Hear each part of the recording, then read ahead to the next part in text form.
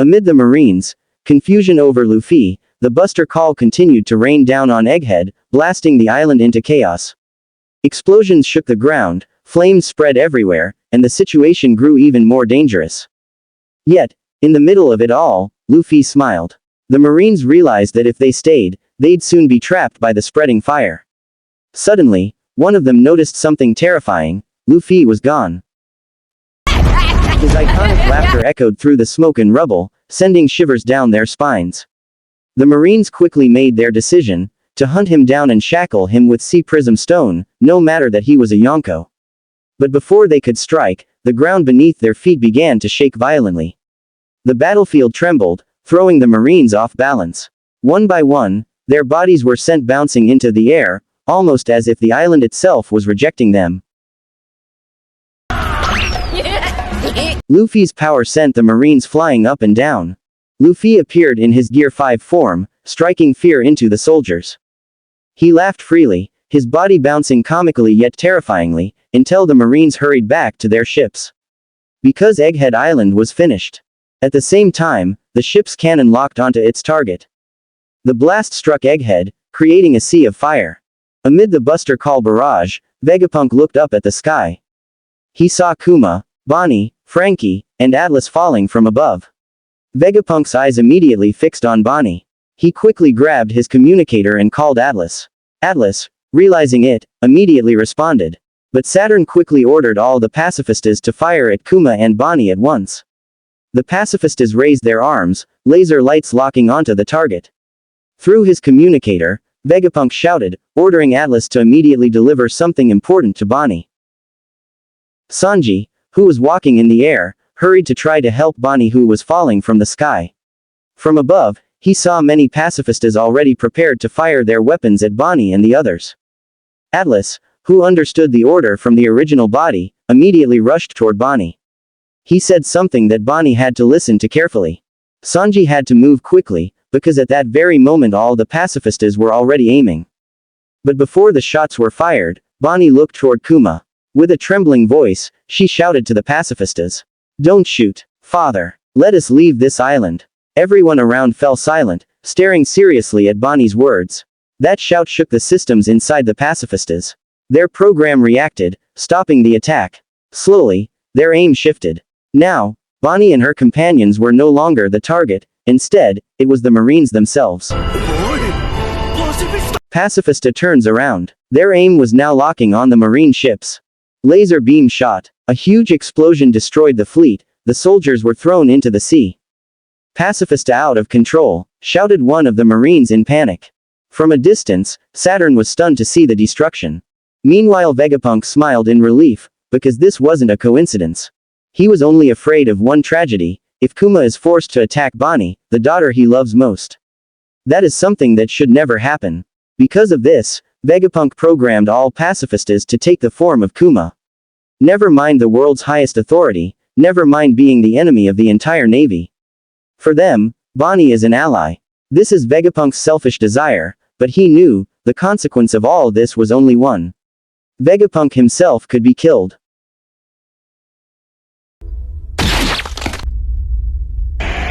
Saturn suddenly pierces Vegapunk with his foot. Everyone is shocked. Vegapunk collapses helplessly. With a cold gaze, Saturn orders Kizaru to attack. Kizaru stays silent for a moment, then obeys. In an instant, a deadly beam of light shoots toward Bonnie and the others in the air. Sanji dashes in to stop him, but Kizaru turns into light, reappearing right in front of Kuma and Bonnie. Calmly, he forms a laser sword, ready to cut Bonnie down. But suddenly, a giant fist smashes into Kizaru, sending him flying. Luffy strikes Kizaru from afar, his arms stretching wide. Laughing, he bounces around, as the ground itself turns into rubber. Buildings shake, even Saturn's footing becomes elastic. With joy, Luffy leaps from building to building, while Bonnie and the others land safely on the rubber ground. But right in front of them, Saturn awaits. Outside the island, Marines are shocked as Egghead trembles. And pacifistas unleash chaos on their ranks. From the rubble, Kizaru rises again. Bonnie rushes toward the wounded Vegapunk. Suddenly, the sound of Luffy's heartbeat drums echoes, leaving Saturn stunned. And elsewhere, an ancient robot begins to awaken. Bonnie hears the rhythm from Luffy. That rhythm reminds her of her father's story, about Nika, the legendary liberator. The buildings in Egghead tremble, as if dancing along with Luffy's laughter. With wide eyes, Bonnie can only stare at him. Vegapunk, who is wounded, whispers softly. Now Vegapunk is certain, Luffy, the one Kuma always paid attention to, is actually Nika. Tears flow down Bonnie's face. At last, she can see the figure her father always spoke of. The hero who will bring great change to the seas. Luffy, the one who has been awaited by many, for hundreds of years. In the middle of the sea toward Egghead, a mysterious ship slowly approaches. Pacifistas keep bombarding the marine fleet. When suddenly a soldier shouts, "Something is coming." From the mist, a giant Viking ship appears. A vessel said to have vanished 100 years ago. Now returns, cutting through the seas. Marine cannons fire endlessly, but nothing can pierce the ship. From the deck, towering warriors leap down, wielding massive axes and swords. The Marines tremble in fear. And then, two legends rise.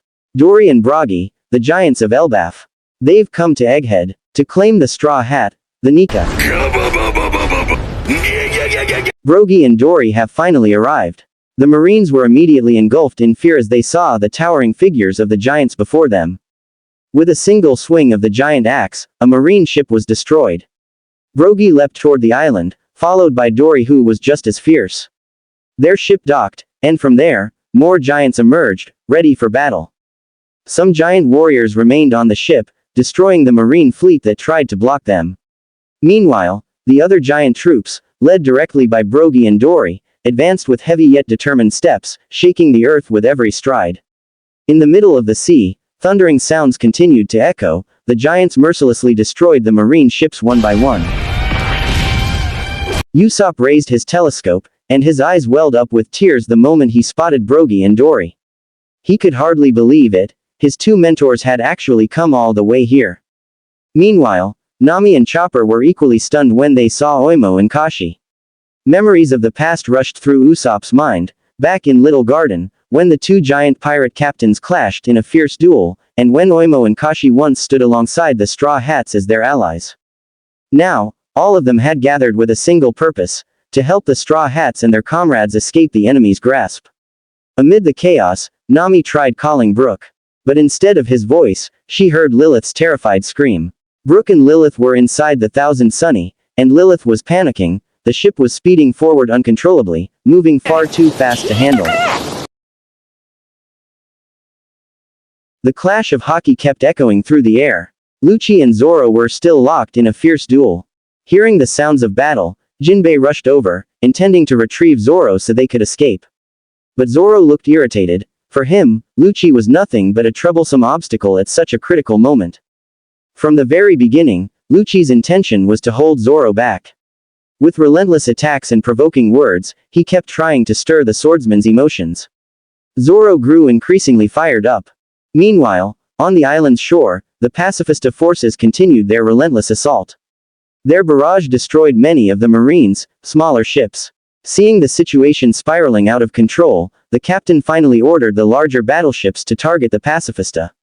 What an irony! They were forced to fire upon the government's own military creations, just to save their fleet from total destruction. In Egghead's forest, two mysterious figures appeared. They were Teach's subordinates. Bonnie, mesmerized, finally saw the true image of Nika within Luffy. When Luffy asked why she was crying, Bonnie admitted she had been searching for Nika all along, unaware he was right beside her. She confessed she once tried to mimic his punch, but it felt too soft, unlike Luffy's real strength. Now, she wanted to witness his true punch against Saturn. Before that, Luffy noticed Vegapunk gravely injured. He swung his hand, showing Bonnie a tutorial filled with haki. Saturn, unfazed, countered with a terrifying glare, his haki's pressure knocking Luffy back. Despite the crushing pressure of Saturn's haki, Luffy didn't budge an inch. He instantly swung both arms, coated in haki. Gomu Gomu no, Don Gatling.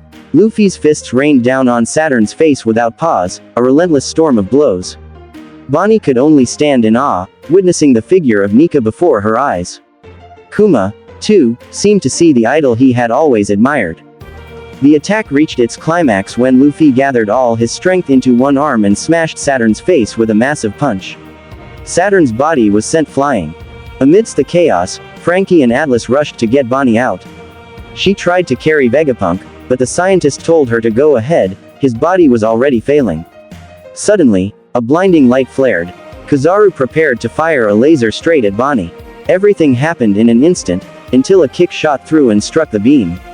Sanji appeared, intercepting Kizaru's laser with his kick. Everyone was stunned.